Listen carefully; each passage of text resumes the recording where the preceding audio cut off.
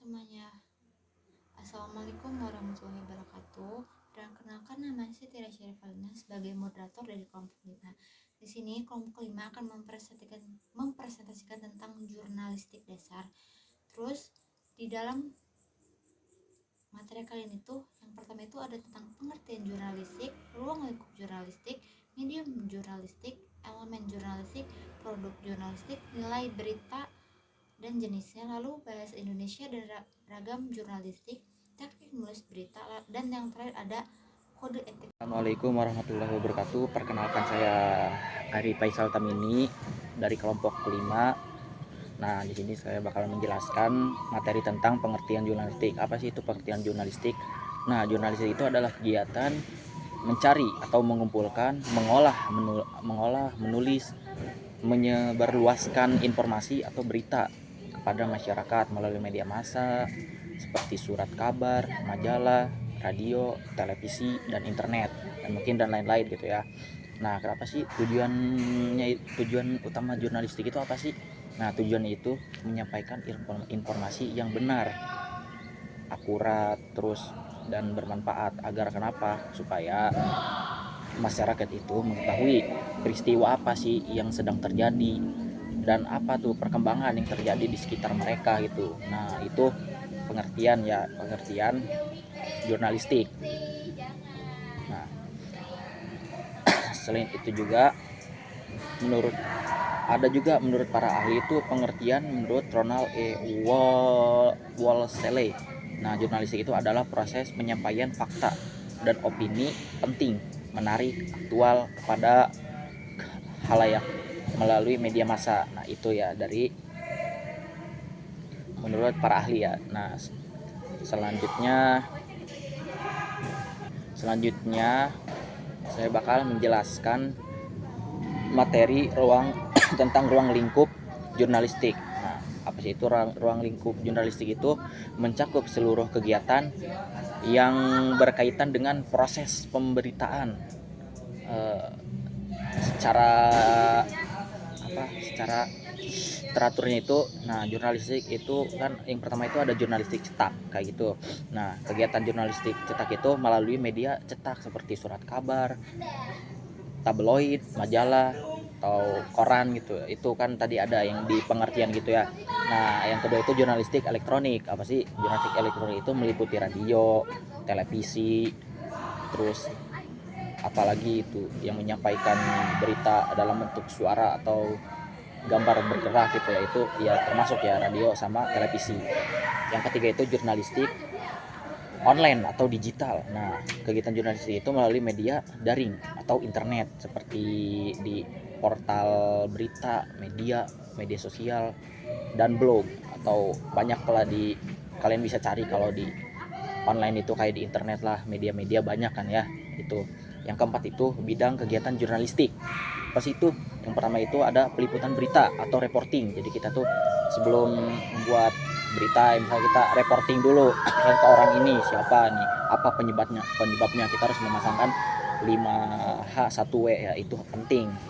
Nah, yang kedua itu penulisan berita dalam artikel atau writing, kita menulis dulu. Setelah menulis, terus yang ketiga baru kita menyunting berita atau editing. Jadi kita setelah wawancarai, terus writing, menulis, habis itu kita diedit, nah editing. Terus yang keempat itu penyiaran atau publikasi berita. Setelah itu semuanya selesai, kita dipublikasi.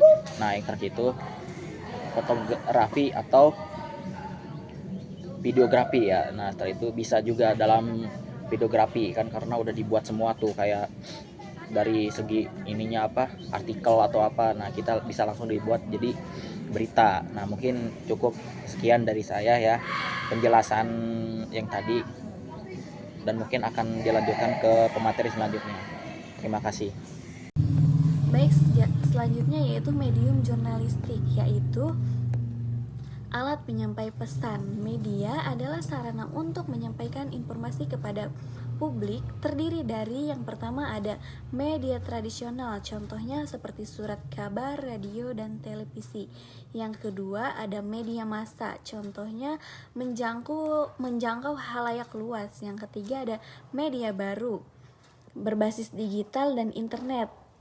seperti portal berita dan media sosial. Yang keempat, media konvergenerasi, yaitu gabungan berbagai bentuk media dalam satu platform. Fungsi jurnalistik yaitu menurut Ebbon 1961, yang pertama ada to inform, memberi informasi tentang peristiwa dan fakta. Yang kedua, to interpret, menjelaskan makna dan konteks berita. Yang ketiga, to guide, memberi masyarakat melalui pandangan atau opini. Yang keempat, ada to entertain, yaitu menghibur pembaca dengan konten ringan dan menarik. Intinya, jurnalistik berfungsi untuk memberitahu, menjelaskan, membimbing, dan menghibur melalui berbagai jenis media. Baik, selanjutnya terima kasih. Assalamualaikum warahmatullahi wabarakatuh. Nama saya Muhammad Rizky Dayat. Di sini saya akan menjelaskan tentang materi elemen jurnalistik. Apa itu elemen jurnalistik? Elemen jurnalistik adalah komponen dasar yang menjadi pedoman bagi jurnalis dalam mengumpulkan, menulis, dan menyajikan berita agar informasi yang disampaikan akurat, berimbang, dan dapat dipercaya. Berikut elemen-elemen jurnalistik menurut prinsip umum, termasuk pandangan Bill Kovac dan Tom Rosenstiel dalam The Element of Journalism. Yang pertama ada kebenaran atau truth. Kebenaran ini tujuan utamanya adalah jurnalistik menyampaikan kebenaran kepada publik, bukan sekedar fakta mentah, tetapi fakta yang telah diverifikasi. Yang kedua ada loyalitas kepada warga atau loyalty to citizen. Ini tuh jurnalis harus berpihak pada kepentingan publik, bukan kepentingan pribadi atau pengiklan atau pihak tertentu. Yang ketiga ada verifikasi. Yang verifikasi ini setiap informasi harus melalui proses pemeriksaan dan pengecekan fakta sebelum dipublikasi. Baik, di sini saya akan menjelaskan produk utama jurnalistik, yaitu news, views, dan feature.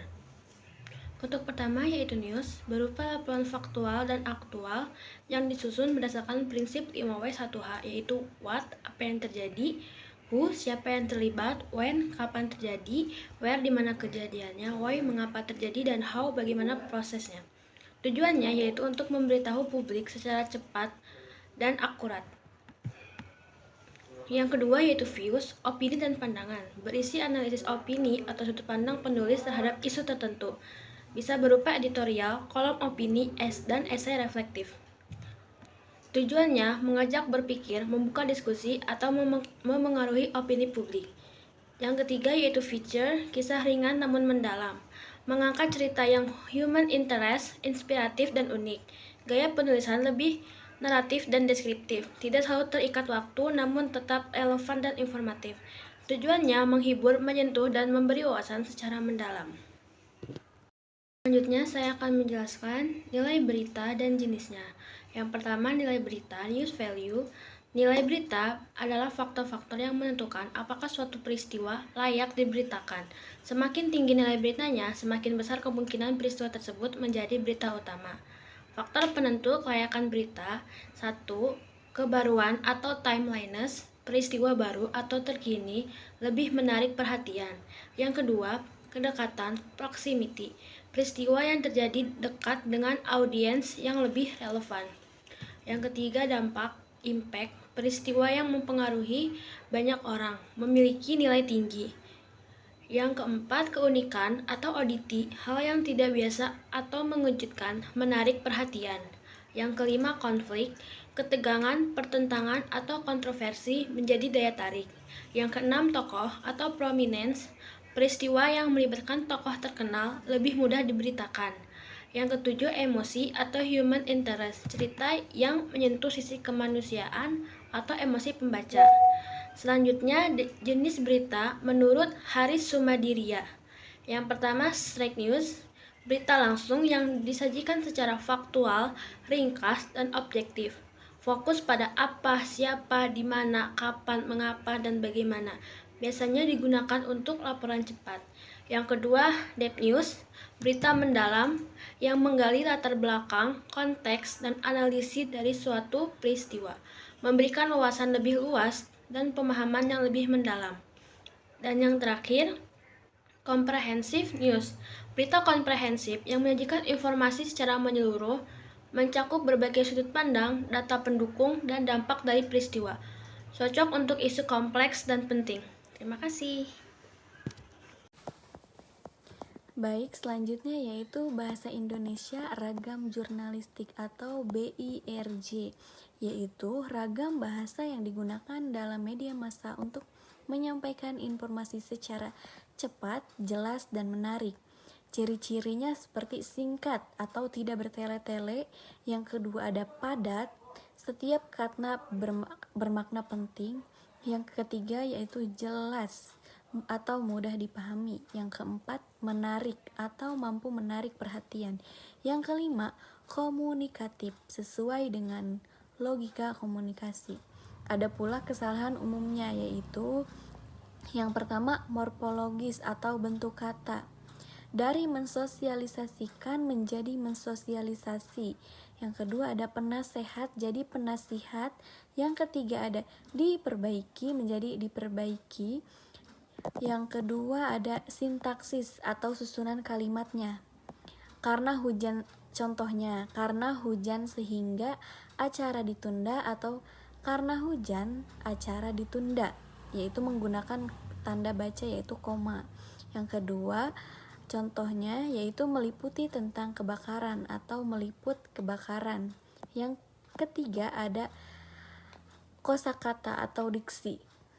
Contohnya para mahasiswa atau mahasiswa, para mahasiswa. Yang kedua contohnya yaitu naik drastis sekali atau naik drastis. Intinya, bahasa jurnalistik harus singkat, padat, jelas, menarik, dan komunikatif, serta bebas dari kesalahan bentuk, struktur, dan pilihan kata. Terima kasih. Di sini saya akan memaparkan tentang teknik menulis berita.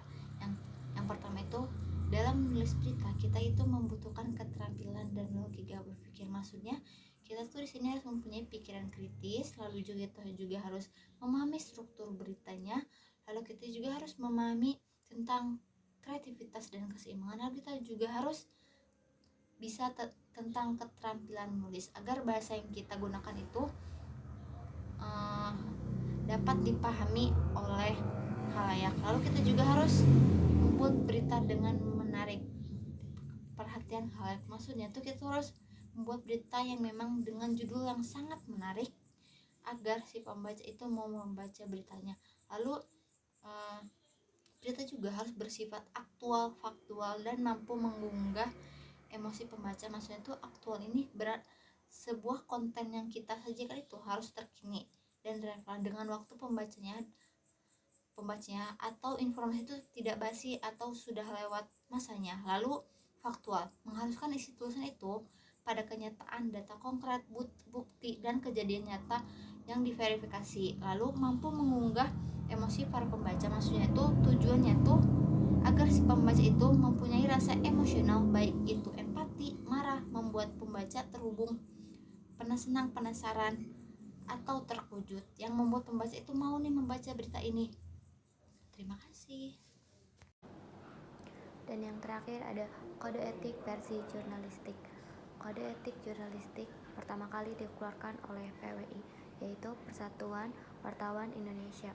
Kode etik versi jurnalistik menurut PWI antara lain yang pertama ada berita diperoleh dengan secara jujur, dan yang kedua meneliti kebenaran suatu berita atau keterangan sebelum menyiarkan, dan yang ketiga ada sebisa mungkin membedakan antara kejadian dan pendapat, dan yang keempat menghargai dan melindungi sumber berita yang tidak mau disebut namanya.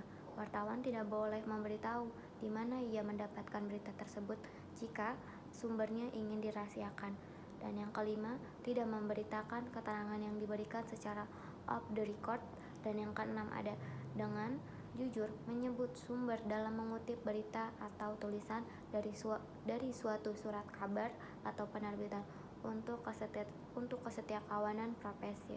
Terima kasih. Saya kembalikan kepada moderator. Sebelum menutup presentasi kali ini, izinkan saya membacakan kesimpulannya. Jurnalistik merupakan ilmu sekaligus keterampilan yang menuntut kejujuran, ketelitian, dan tanggung jawab. Jurnalistik tidak hanya menyampaikan sebuah berita, tapi juga menjaga kepercayaan publik melalui kebenaran dan etika profesional. Dengan memahami dasar-dasar jurnalistik, mahasiswa diharapkan mampu menjadi komunikator yang kritis, berintegritas, dan objektif. Mungkin itu saja yang dapat saya dan teman-teman saya sampaikan. Kurang lebihnya mohon maaf. Wassalamualaikum warahmatullahi wabarakatuh.